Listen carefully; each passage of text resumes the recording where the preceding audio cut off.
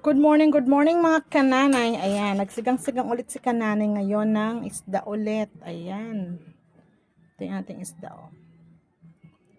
Okay, mga kananay.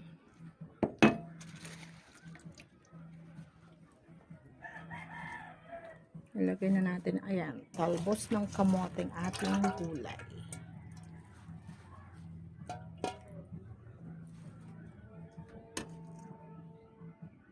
Ilagay na natin ating sitaw.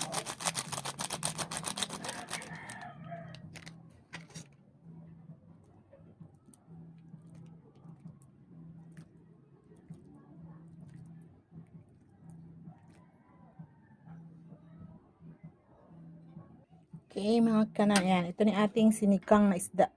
Ayan, sa may talbos ng kamote. Ayan. Okay, mga kananay.